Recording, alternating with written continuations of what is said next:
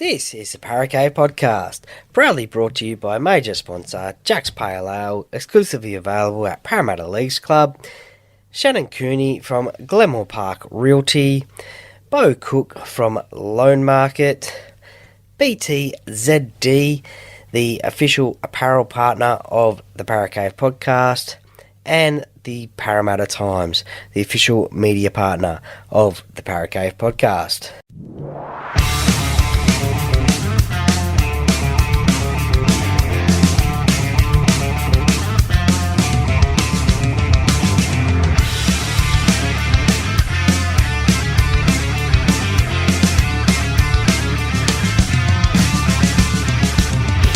Welcome to another episode of the Paracave Podcast. And now over to your host, Troy Warner, broadcasting live from the world-famous Paracave.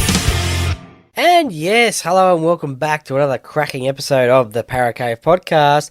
Troy Warner here, and we are back to the interview-style podcast today. It's Thursday, so it's back to those type of interviews. And today on the podcast, we are having a chat with a former Melbourne Storm premiership winning player. He made his debut at the Brisbane Broncos, but he's mostly known for his career at the Melbourne Storm. Also played over in the English Superleague for the London Broncos as well. Represented Queensland in State of Origin as well. And I am talking about Mr. Russell Bawden. Now, during the chat, we talk about Russell's career making his debut for the Brisbane Broncos in the NRL, and also playing over in England, but most notably playing for the Melbourne Storm as well, and winning that premiership in 1999 against the St George Illawarra Dragons. Now, also we cover what he's up to now, and also what is his thoughts about the game these days as well. So some very interesting chats in this one. I hope you enjoy it. Now, this wouldn't be at all possible without the help of the sponsors of the show.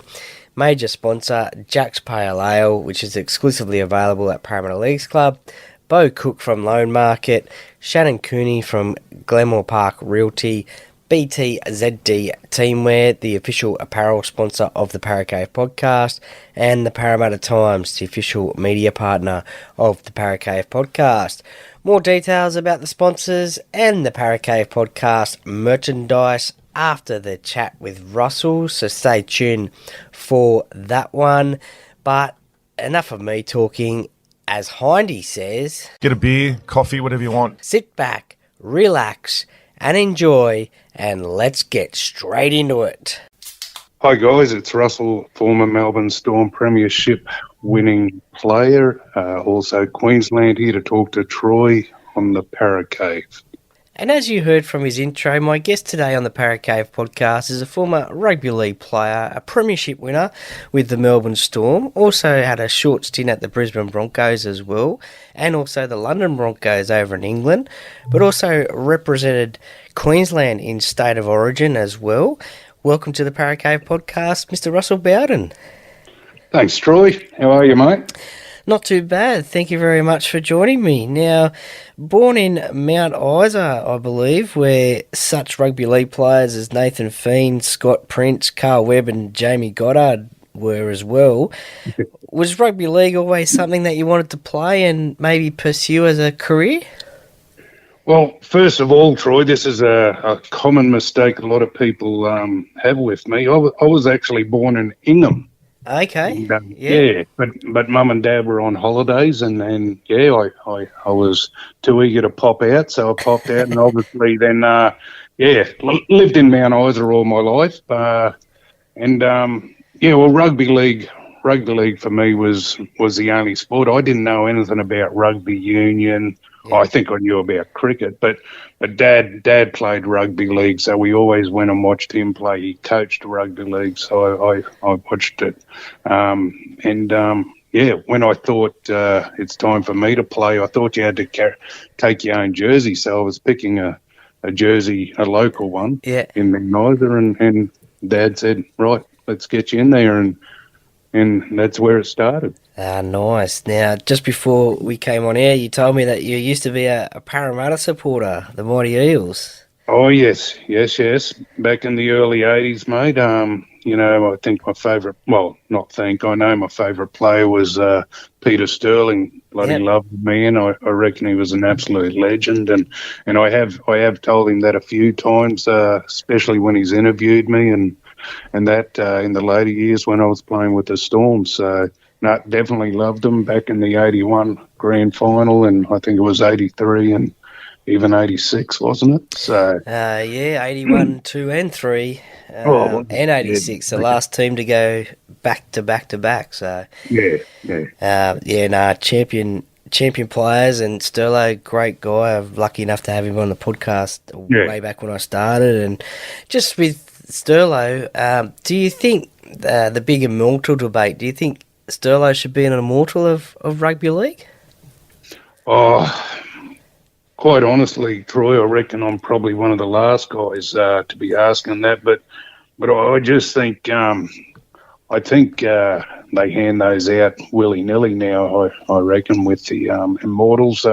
Obviously back in his days, but with my sort of thinking, Troy, I think you can only have, so many Immortals in an era, can't you? Okay, They had Beatson. How many Immortals can there be in the 70s, 80s era, 90s, 2000s, that sort of thing? But he was definitely a great player, mate. And as I said, I like him as a player, and he's a good bloke too. So that always deserves a acknowledgement, doesn't it? Oh, for sure. Now, how did you end up, and who spotted you, and how did you end up at the Broncos? Well, it was... I know one of my dad's mates was a talent scout for Brisbane, and he obviously reported back to Cyril Connell, the late Cyril Connell from Brisbane, who was an absolute legend in picking, youngsters from the country.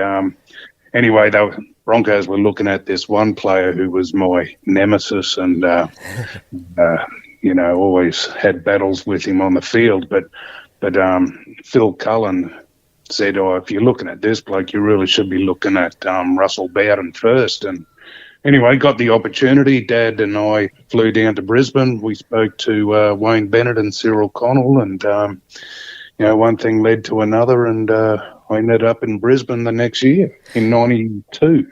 What were your first impressions of Wayne Bennett? Oh, am I allowed to swear? Yeah, you can if you want, yeah. Mate, I was absolutely shitting myself. I was only 17 back then, so obviously I'm sitting there, and Dad was involved. He was interested in getting a free trip down to Brisbane to watch Australia versus New Zealand, I think it was back then, mate. But Wayne was Wayne. He sat there, very, very little words, but whatever he said was obviously important. Cyril Connell did a lot of the talking, and 17-year-old, and I was a young fella back then too. I wasn't a cocky person, or I just I was a good boy back then. So but sorry, mate. I was just going to say, just as being a young bloke, a 17-year-old, how was it moving from the country to the big smoke? Yeah, well, it was an eye-opener. I mean, what was it? Said goodbye to Mum and my sisters. They all started crying. Then I started tearing up. I said, come on, Dad, let's go. Get out of here before it gets too sad. But, I think I drove down with Dad, and he spent a couple of weeks there. But it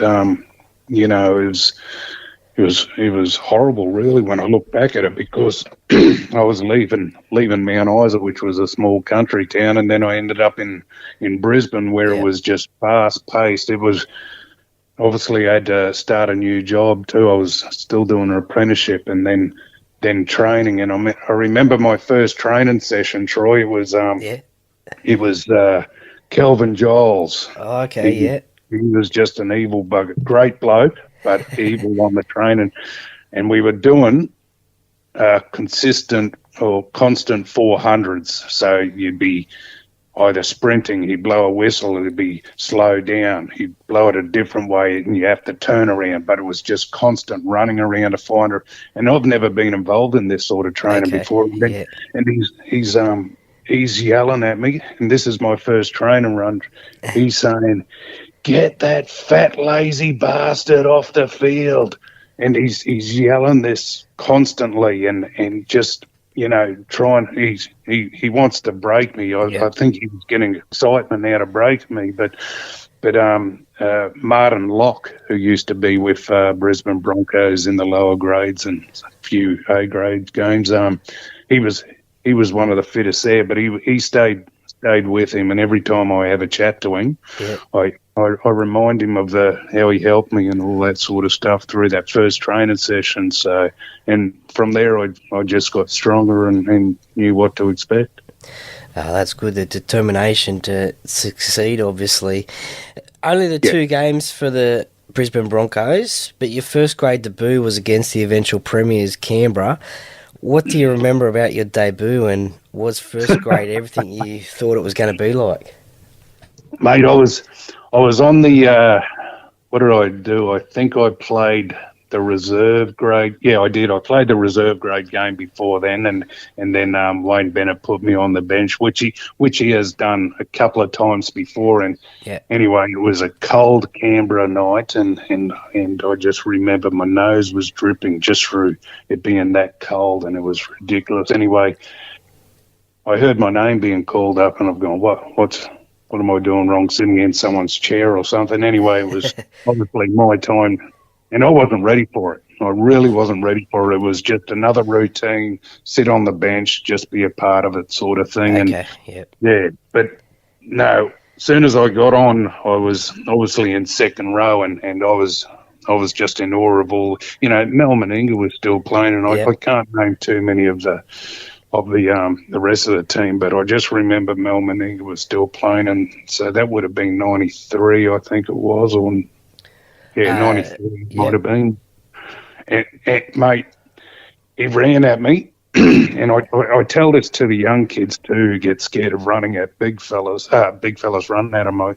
I say, look, I had Mel Meninga running at me, and he had legs the size of, both of my legs put together. Anyway, I was just saying to myself, don't you step out of the way, just take the pain.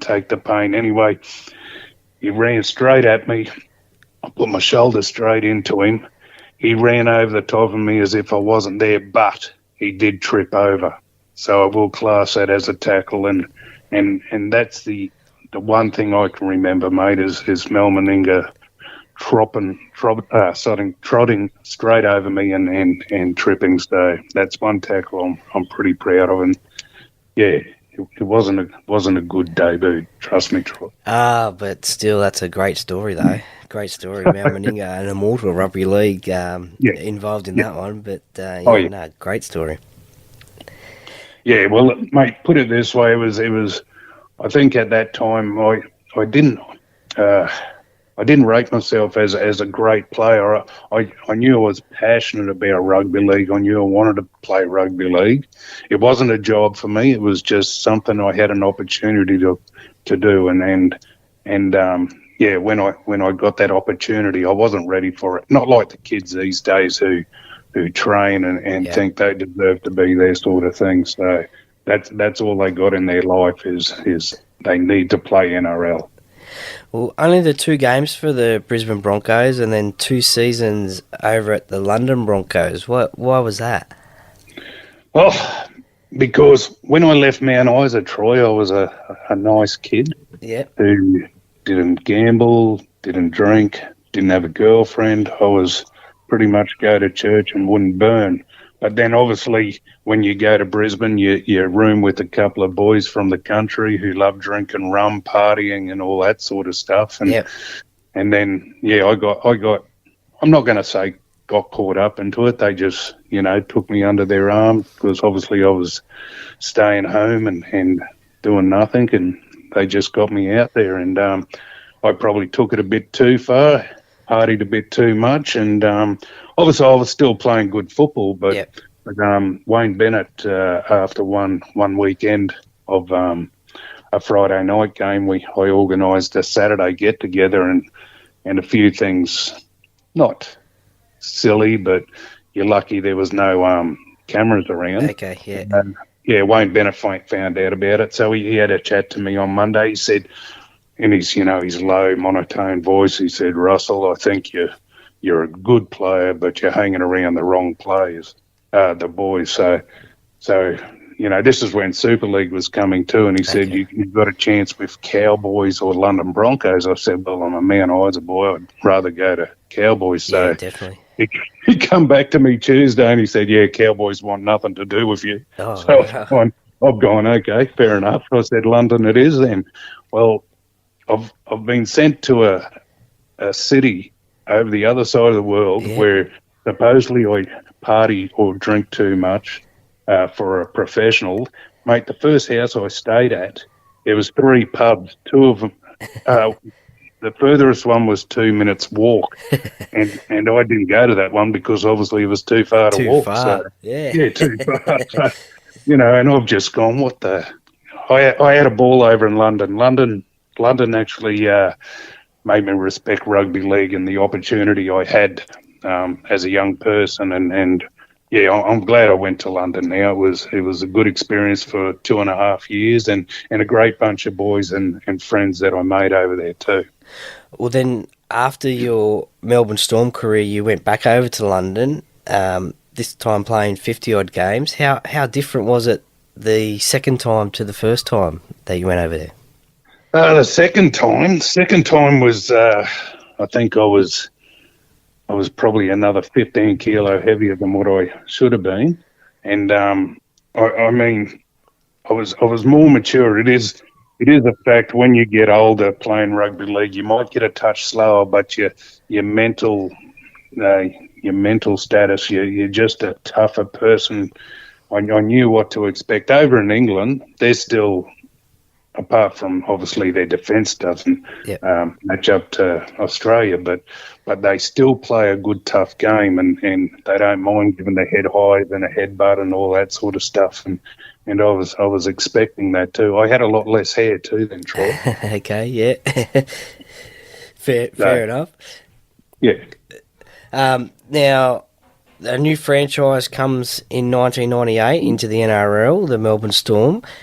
Yeah. How did you end up at the Storm whilst you were playing over in England?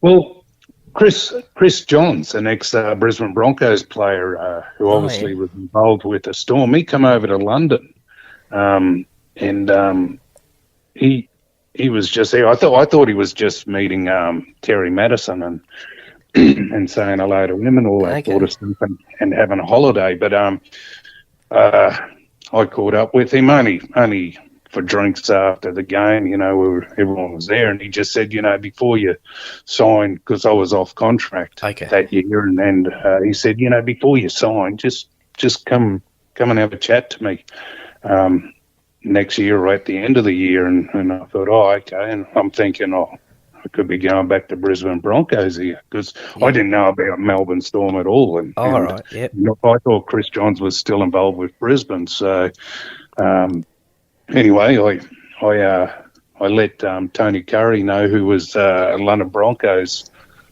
coach at the time. I said, "Mate, I'm going to go back to Australia."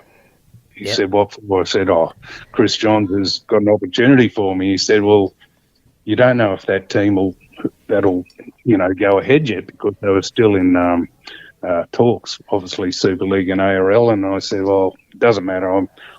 I want to go give NRL another go. I think I'm mature enough now." And anyway, I think I was on a $20,000-30,000 pound contract over there.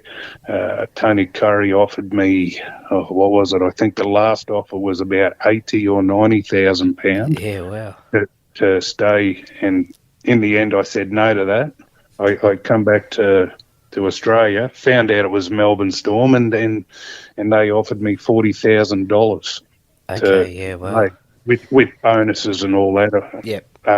Playing and winning and that, but turned up to Melbourne and jumped in the lift to go up to the office, and Chris Anderson jumped in the lift too. So here's another legend of the game who was going to be our coach, and he's looked at me up and down. He's gone, Russell, and I've gone, yeah, mate, how you going? And he's gone, you're going to have to change your ways up, won't you, if you want to stay with this team? And I've gone, oh, yeah, definitely, mate, definitely. So that was my first encounter with Chris. But then is it true that you nearly didn't end up playing for the Storm after a Melbourne Cup day? Yeah. What happened there? Yeah, that's interesting. You know that a little bit. But no. Well, mate, just, once again, I'm trying to entertain the boys, a few beers, obviously, and that sort of stuff. I mean, I didn't do anything in harassing people. I just do more of the things I do as the entertainment. Yeah, I'm the jokester.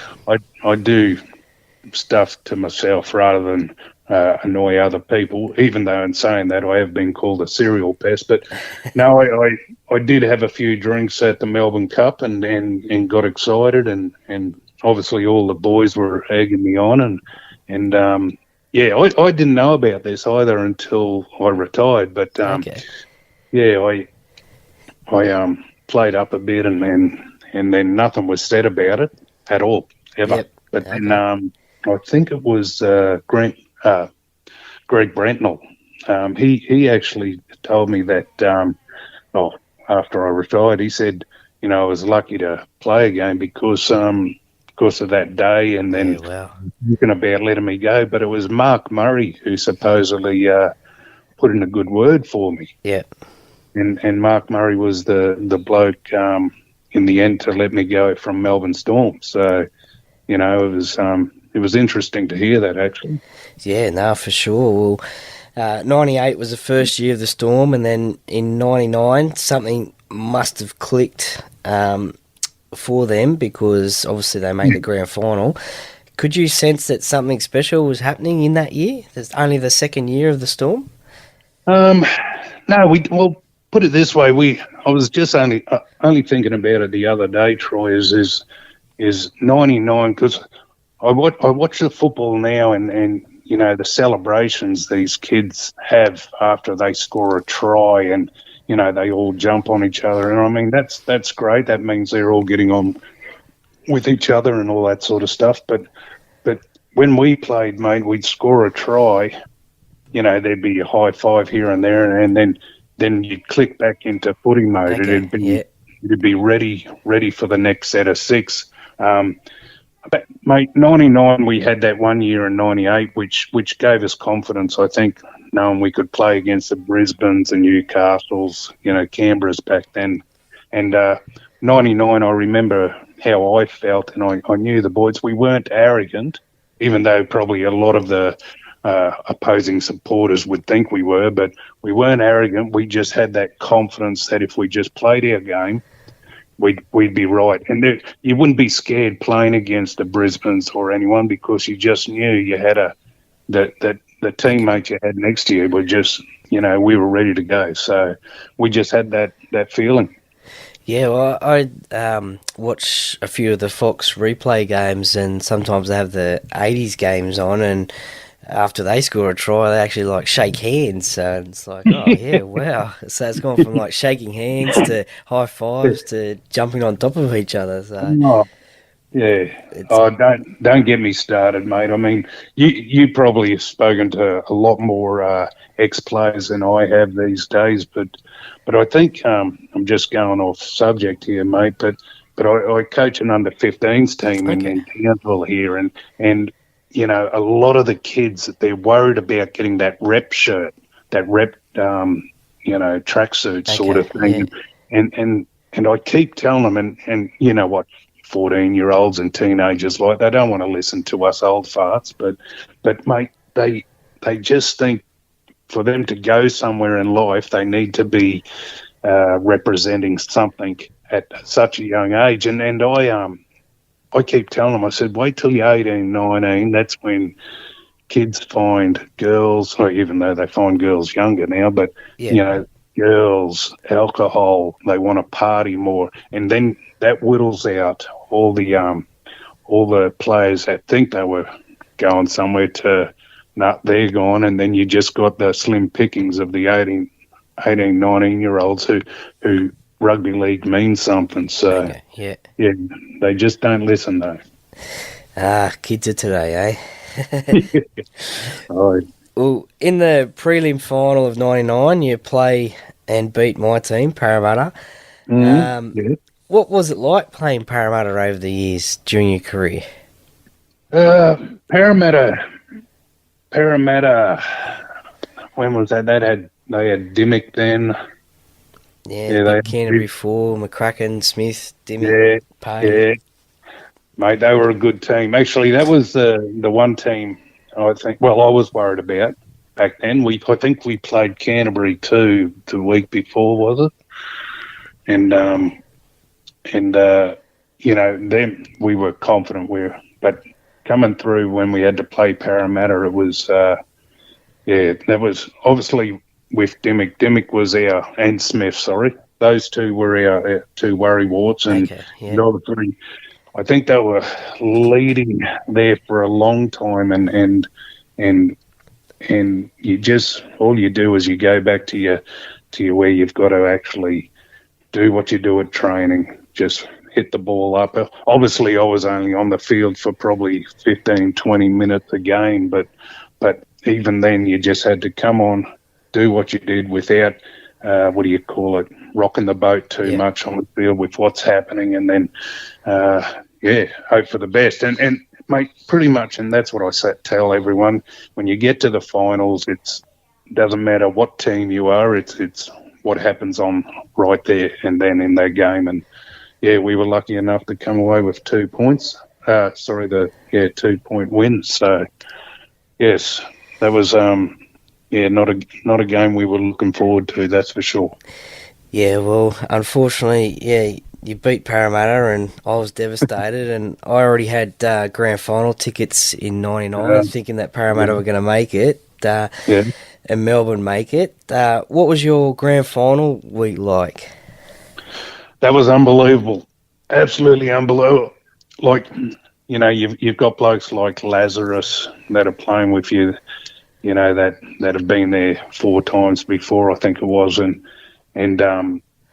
he knew the whole thing. He after the Para game, he's pulled us into the sheds and he said, "Look," he said, "well done. We got one more game to go, but I want you to enjoy this week." So I thought, all right, we're going to enjoy it, but you can't enjoy it. It's I think Monday, or they had a breakfast. I don't know what day that was. It might have been a Monday or Tuesday. It must have been early. So we had to go there, had to do the breakfast. Then we had to shoot back to Melbourne, do our training, and then I think we had something else to do on a Wednesday or a Thursday, and then it was just full on. It was full on. There wasn't too much training as in fitness or anything. If you weren't fit back then you're in trouble. But it was just constant interviews, constant, making sure you show your face because you got to do a promo and stuff like that. So,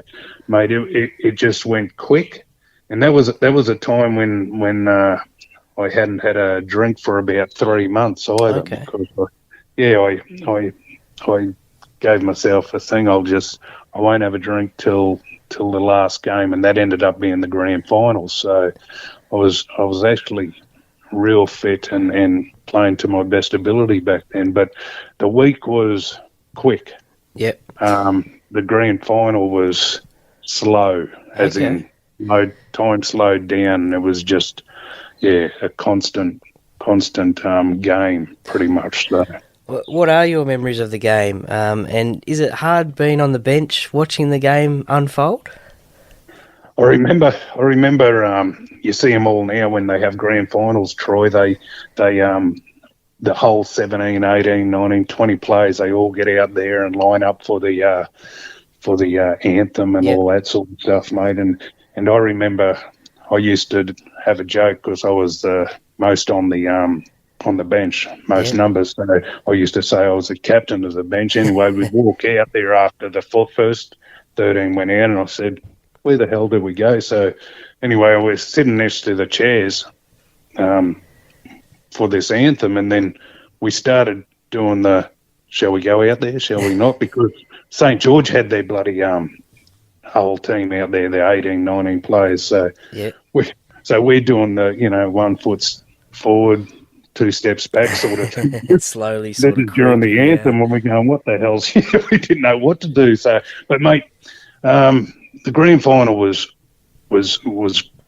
great. I mean, it was horrible to watch that first half. We were getting absolutely annihilated by St. George Illawarra, but at half time, Chris Anderson just said, "You're just not doing what you've done in training for the last 2 years. Just go back to forwards hitting it up, and then our backs." We had a gun back line, so we just weren't using it. And obviously, second half we come out and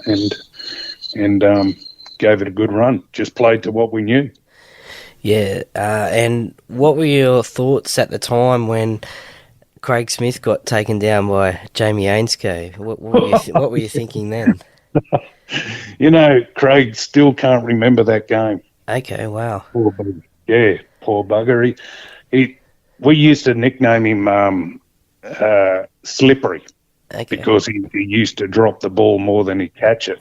And this is not every game, but that's, you drop a couple of balls and you get the worst nickname, obviously. So he caught that, and then when he got clocked, and I was I was within about, say, 5 to 10 metres from him. Okay. Yeah. Anyway, I've just looked at the ref and I've gone, God, that's got to be a head eye. And I'm thinking, I hope it's a head eye because I know he dropped it. But anyway, I wasn't expecting anything like a penalty try and all that sort of stuff. But yeah, for when that, it's like what do you call it? It just had a whole lot of weight of pressure, on top of you. And when that try was given, it all come off. And I don't think any team back in the history of rugby league would have beaten us in that last 10 minutes, because that's what it felt like. It felt like a big weight off our shoulders, and we were able to play the way we wanted to play, and it was a good feeling, that's for sure. That must be pretty concerning if Craig doesn't remember anything about the game still.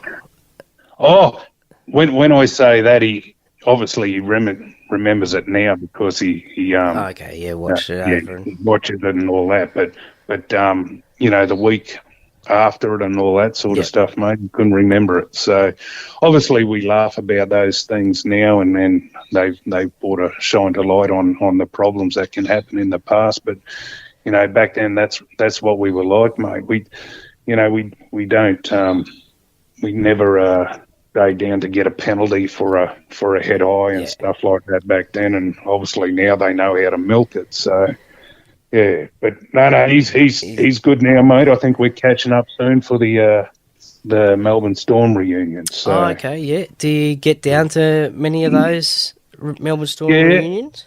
Yeah, I this year's the 25th year anniversary. Yeah, special.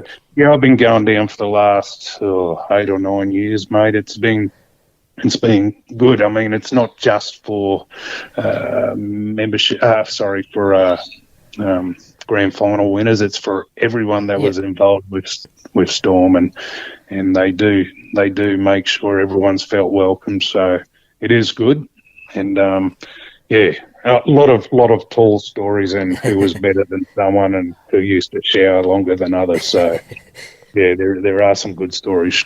That's good. Well, just back to the grand final and yourself not having a drink for 3 months. How were the grand final celebrations after winning the comp? Oh yeah, no, they were good. I obviously the big bottles of champagne on the field, and then for some reason we were drinking VB. I bloody hate VB, but they're in cans, I suppose, so there wasn't any bottles. But no, I was having a few and had a few before I left the field. So by the time I got into the dressing sheds, I having a ball. John Howard was our Prime Minister. He was and I got him in a headlock, and not a full on headlock. I just said, "Hey, Johnny," and anyway, they said, "Come on, Russell, settle down." I said, "Okay, fair enough." But no, it was 2 weeks of solid celebrating, and I think the missus I had at the time, she didn't even know if I was dead or alive, because back then I didn't have a phone. Okay, so, just kept on mobile party. phone. Yep. so all I knew is I woke up in one of my mates' teammates' rooms, and then we go again. So yeah, So it was. Would you rate yourself as the best on ground for celebrations, or was there someone else that was take that title? Back then, Troy, I was the best. I'm not even gonna. I think there was even a rugby league week, Mad Monday, top 13, and I was named as a second rower. So it's the first team I've actually made the top 13, mate. So pretty proud. There you go. Yeah. Parents aren't proud of it, but no, back then, and I mean, it's something to laugh at. It's my past, mate. So I'm not going to hide the fact that I partied, because it's a well-known fact. So, But back then I was a serial pest, and I think if I could meet myself back then, I probably would have tried to smack myself out. So, I used to love to have fun, and I'd like to drag other people down with me, mate. But a lot of their wives weren't happy with me. So. Well, 2000 rolls around, and Melbourne are the defending premiers, and that must have pumped yourself up a little bit personally, because you make your State of Origin debut for Queensland in Game 1 of 2000. How did you find out that you're in the Queensland team, and who did you tell first? Oh, who did tell me? I think it was my manager at the time. Oh, not manager, I'll call him a mate. Darren Bell, he was involved with Melbourne Storm back in later on in life, not this year, but he rung me and said, "You've made the Queensland team." I have been named as an interest of the selectors for the last couple of years. So okay. I just turned my phone off that Monday, I think it was, and I said, "I'm not going to answer a phone call from anyone, because I don't want to get all excited and then miss out." But okay.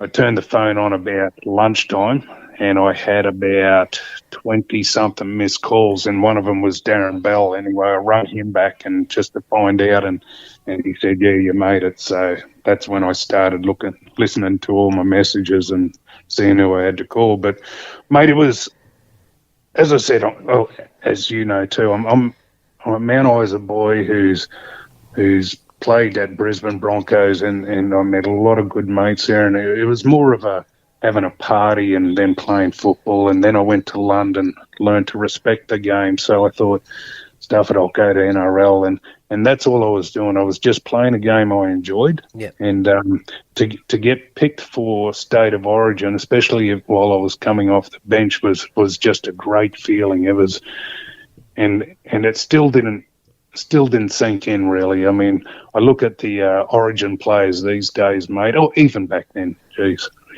all Origin players, and you see a lot of the winning teams these days, the players they got in them, they just give 100%, like that Cotter from North Queensland. He's just unbelievable how he just keeps going. And I didn't have that in me in the first time I played Origin, because I didn't understand what Origin is. Okay. I know Origin, but I didn't realise it was just a quick game. It was, you just keep getting up. I didn't understand that. So obviously the first game I played, mate, was just an eye opener for me. What were your favourite memories of representing the Maroons? Mate, just the fact that you could actually jump into a camp. Like I played against these players, but I because I was the only Melbourne Storm player there, so I was in the Queensland team. So I was thinking, how am I going to be accepted by such and such. And a lot of the Bronco players that were in the team, they knew me from yesteryear because they were there when I was playing there before I went to London. But just everyone's like a long lost friend, all that sort of stuff. And I remember Chris Close. He was Choppy. Yeah, Choppy. Before he lost the weight, mate. He was like a big bullfrog. He was hilarious. So you had to go see Choppy first to go and get your suit and your playing gear, training gear, and all that. And he'd be sitting knock on the door, and he'd go, "Hey, come in," with his croaky voice, and Rusty. He'd be sitting there with a cigarette in his mouth, just sitting on a couch. He'd be just grab that stuff there, mate. That's your just like a cartoon character, mate. But to listen to him talk about State of Origin, mate, was unbelievable. He's probably one of the most passionate blokes I know about Origin. Origin just gets the hairs on your back standing up, that's for sure. Definitely. I had the privilege of interviewing Choppy a few months ago, and yep. Yeah, as you said, just listening to him talk about State of Origin, it's unbelievable because he won man of the match in the first 2 games, I think it was. Sorry, mate. The way he talked and the way he played the game it wakes me up to how far behind when I played Origin that I was with the mentality and needing to make sure I'm doing it for my mate, next to me, sort of thing. I mean, I knew the outline of what to do, but I just didn't know what it took to be a real State of Origin player, and people like him, when he talks, he fills you with all that emotion. Yeah, for sure. Who was your roommate in camps? In Origin camps? Well, first one was Brad Thorne. Okay. Yeah. Now he was. I played in the junior grades with him at Brisbane and all that sort of stuff, and that was when he was looking at going to the All Blacks. Okay. So he was a man mountain. So he said, all right, and he wasn't hiding. He said, I'm going to go have a chat to someone from the All Blacks or whatever it was, mate. I said, okay, I'll talk to you later. Anyway, he come back about a couple of hours later, and he's gone. I said, how'd you go, mate? He's gone, yeah, well, they want me to work on my shoulders and my legs. And I'm looking at this man mountain next to me, and I'm going, what? Gee, obviously it's a different game union, but they wanted him to build up even bigger, from what he was. So I had him, and then I had Webby, okay. Shane Webke. Shane Webke on my last one. And I look back at it now, and Webke, bastard, he would order all this, because if you roomed, you'd pay half in be ordered on the room. Yeah. Mate, every time I walked back in the room, there was always empty plates outside our bloody room. I'm just looking at him, and he's just chomping on some other steak or whatever it is, and I'm going, you bastard. And it wasn't cheap either. I think we were staying in Coogee or whatever it was. So, yeah, he's a little bugger. But anyway, he's a good bloke, old Shane, so... Yeah. No, definitely champion player of the game as well, and champion of Queensland. Now, since retiring, what's been keeping you busy? What are you up to now these days? Mate, obviously in Townsville now. Beautiful part of the world when it's winter. You get about a 20 degrees and they it's not 40 degrees burning you. I'm a site supervisor for Apollo Property, who does obviously construction. It's what do you call it? We're working at the RAF base here at the moment, doing some refurbs on some buildings and all that sort of stuff. I've got a missus of 16 years, I think, and a 14-year-old boy. Nice. Nice. Yeah, Life's good. Yeah. Oh, life is good, mate. As long as as I said, I've got this reunion coming up in about 3 weeks, and that's when pretend I'm Russell Bawden, then you wake up and you don't recover after 3 hours. It takes you a week. So That's it. Now, you mentioned rugby league today and that you watch a little bit of it. What are your thoughts about the game today? I'd tell you the honest truth, Troy. I don't like it one bit, mate. Yeah. I think they've taken away what rugby league's all about. It's about toughness. Big blokes on big blokes. I mean, the game is fast, yes. So I think there's a couple of rules that need to be tweaked. I think the players, not all of them, mate, not all of them. I think there's a few players there that don't understand that it's rugby league that's given them. It's not them giving to rugby league sort of thing. It's rugby league is the sport that you should respect, and I think anyone that holds their head, mate, for a penalty and then jumps straight back up should be sent off for the rest of the game. Because I think that's getting carried away these days. But I watch Melbourne Storm. I still love Melbourne Storm games, mate.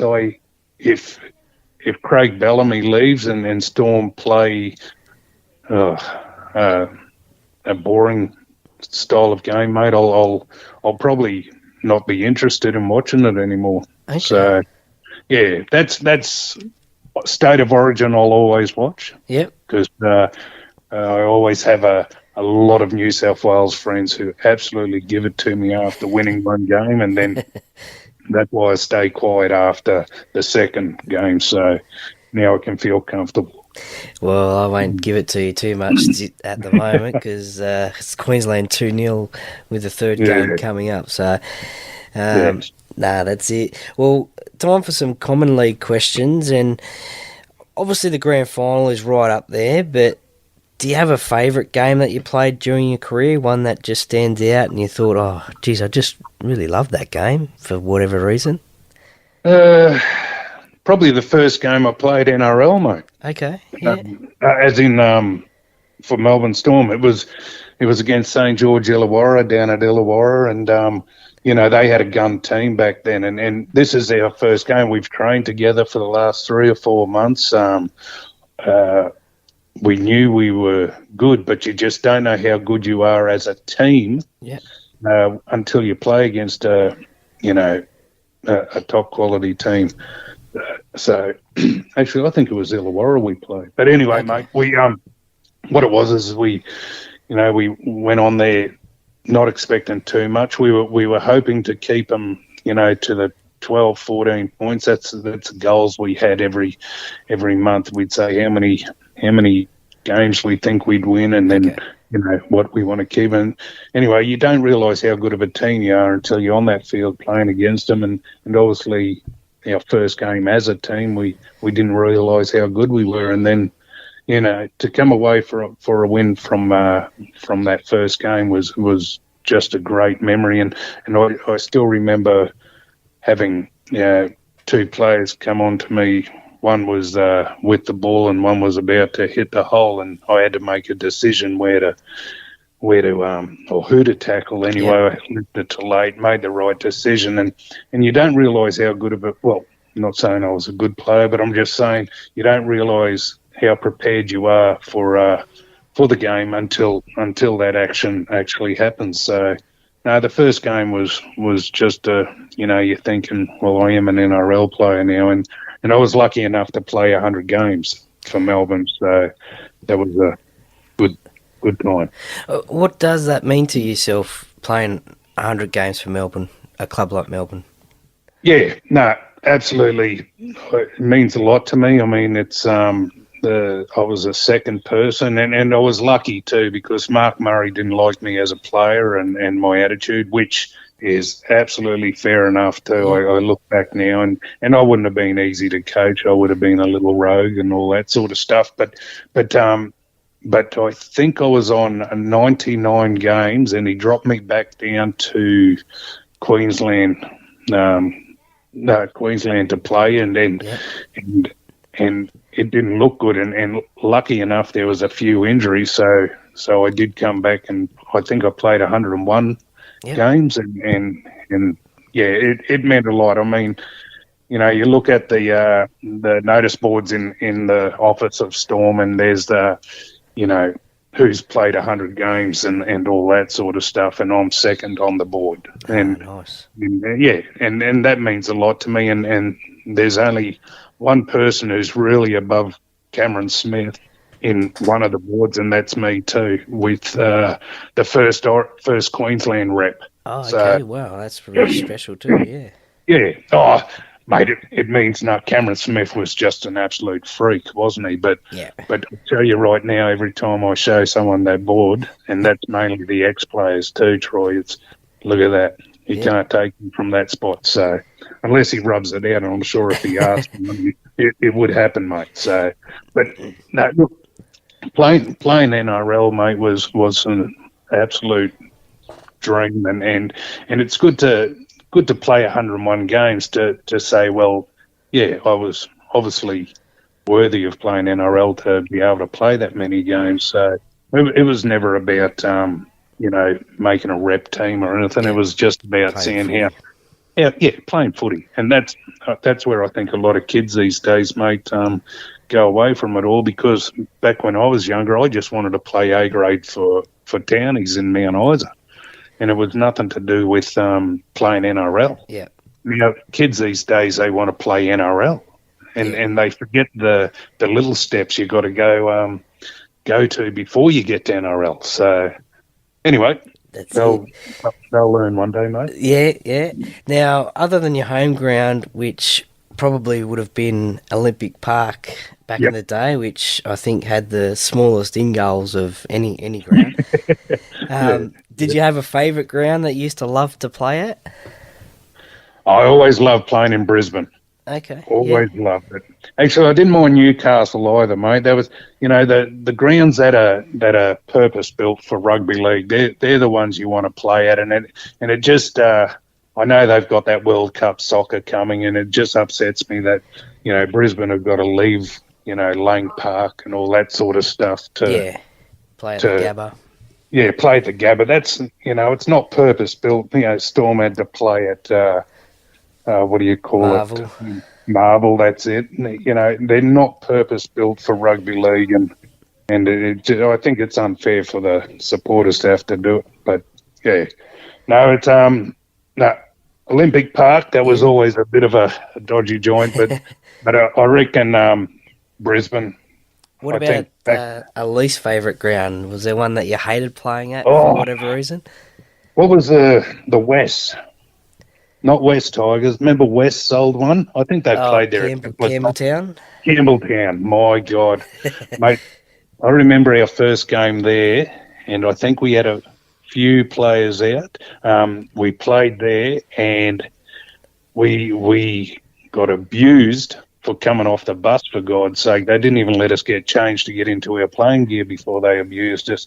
Anyway, it just happened, and we were getting head high, and just that memory of just a big, like we won pretty easy, but just the crowd, it was, they were unrelenting. No, they hammered.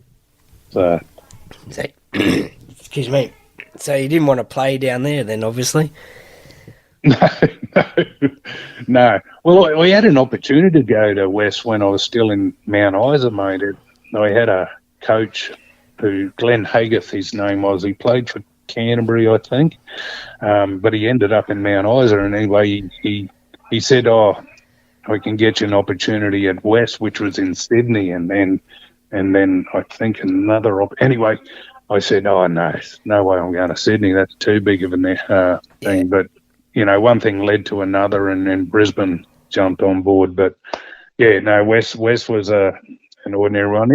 Even Brookvale, Manly, just even going through that caged walkway and the fans there, you know, and you look back at it now, and fans they're just lunatics, aren't they? But it's great. Every club needs that lunatic. Yeah. Did you ever cop any good sledges that you remember then from fans? What is it? I think. What was he? Mundine. I think Mundine called me Baldo because I had no hair there once. But I mean, I think that was the only sledge I really got. I mean, I probably got plenty from the crowd that I didn't hear. But when you're in the field and all that sort of stuff, it all becomes just white noise. You don't really hear the actual word. So, I mean, I've had plenty of our own supporters come up and say, "Why didn't you win the game? You didn't do this, didn't do that." I said, "Well, we didn't play, better than the other team. That's simple." And I said, "Well, go get yourself a beer, otherwise you can't talk to me." So, fair enough. Well, we'll wrap things up with the set of 6 questions, the personality questions. okay. Is there a favourite sport outside of rugby league? No, there isn't, mate. I tell you, is there a least favourite one in this question? Oh, well, you can turn it into that one, for sure. Yeah, my least favourite is bloody touch. Okay. Because it takes all the boys away. I mean, it's a good skill to have, touch and moving the ball around, but it takes away my rugby league players. Okay. So, yeah. Nah, fair enough. Well, you're living in a great holiday destination at the moment, but is there a favourite holiday destination that you travel to? Believe it or not, it's Melbourne. Okay. We've already last night we even booked. We just love the atmosphere. You can walk around the streets and all that sort of stuff, and then have a meal here, a wine. It's just great fun. And Elizabeth's daughter lives down that way too, so we get to catch up with her. But yeah, Melbourne's definitely one of our favourites. Ah, nice. Who would be the most famous person you'd love to meet in the world and have a chat with? Oh, famous person. Jeez, that's a hard one. Ryan Reynolds. Okay. He's the actor who does Deadpool. Yeah. I reckon he'd be a bloody laugh. Yeah, certainly very popular. Which 3 former Melbourne Storm players wouldn't you want to be on a deserted island with, and why? Danny Williams. Okay, yeah. Ben Roddy. Yeah. Danny Williams, Ben Roddy.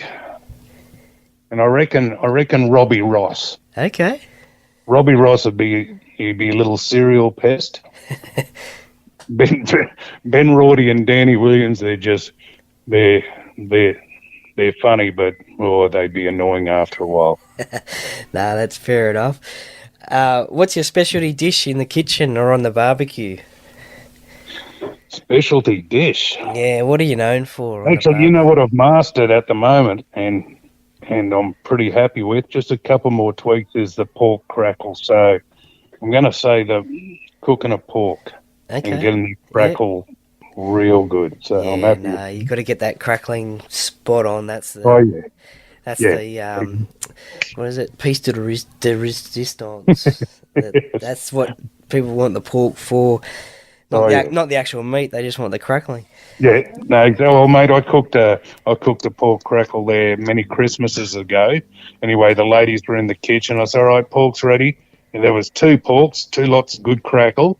Anyway, not one bit of it come out of the kitchen after the ladies added up and everything. I said, "Where's the crackle?" And they're all going, "Oh, we just had 1 piece each, mate. This was crackle to feed an army." Yeah. So, yeah.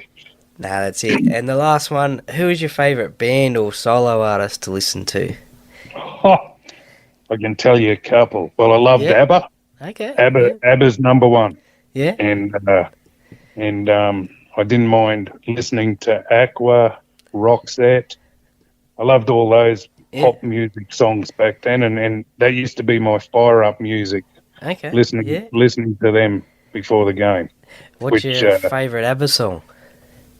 I'd have to be Gimme, Gimme, Gimme. Okay, yeah. I bloody love it. But it says Gimme, Gimme, Gimme a Man After Midnight, which I don't want to do that, but I love the song. Love the song.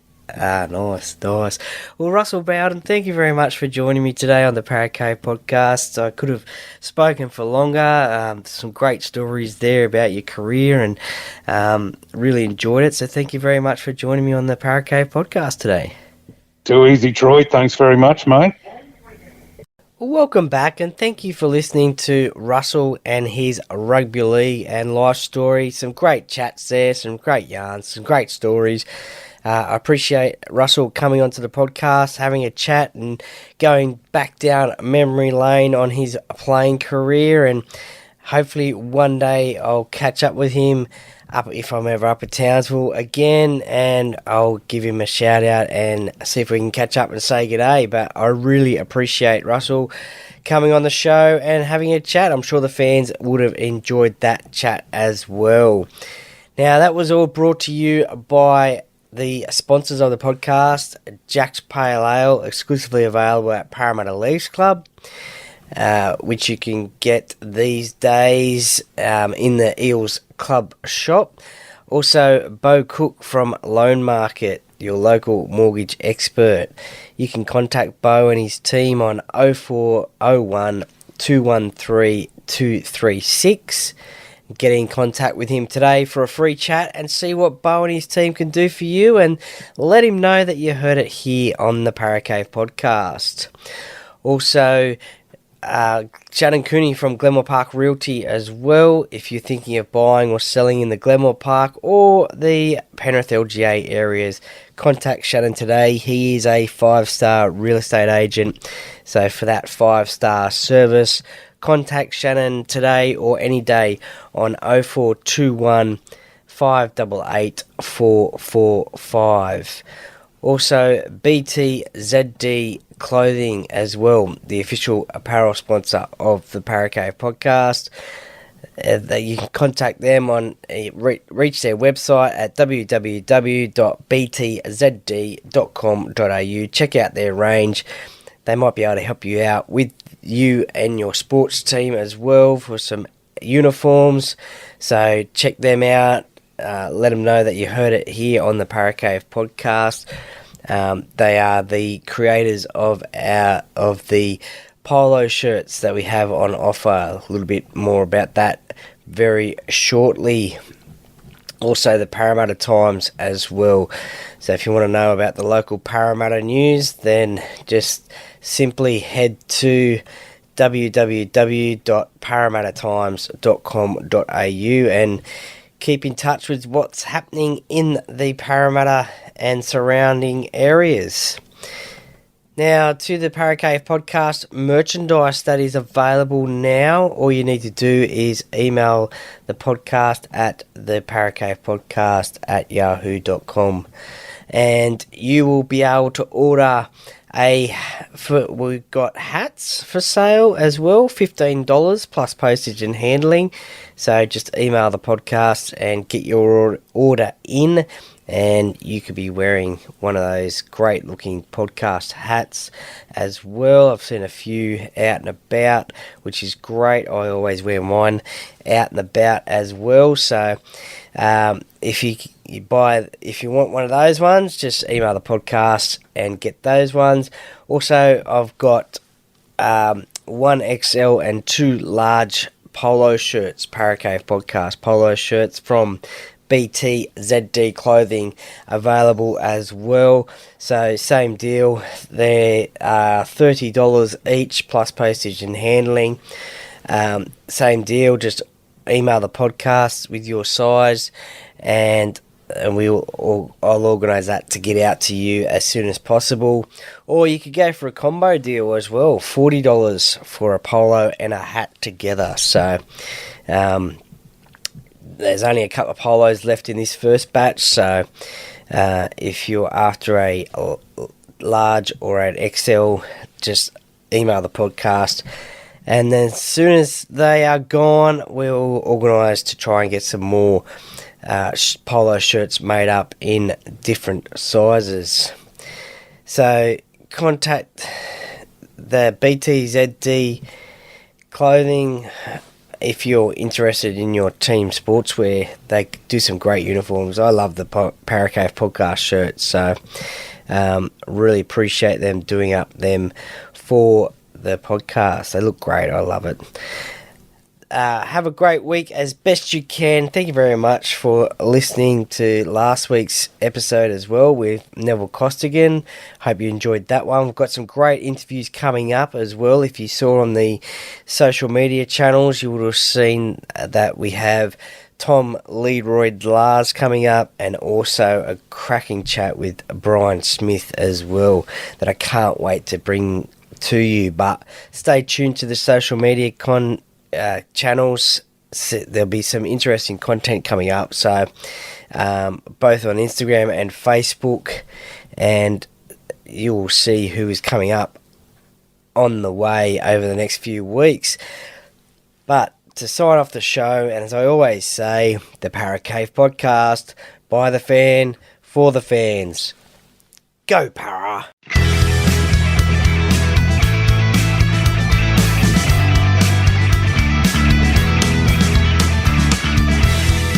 Thank you for listening to another episode of the Para Cave podcast. See you next time.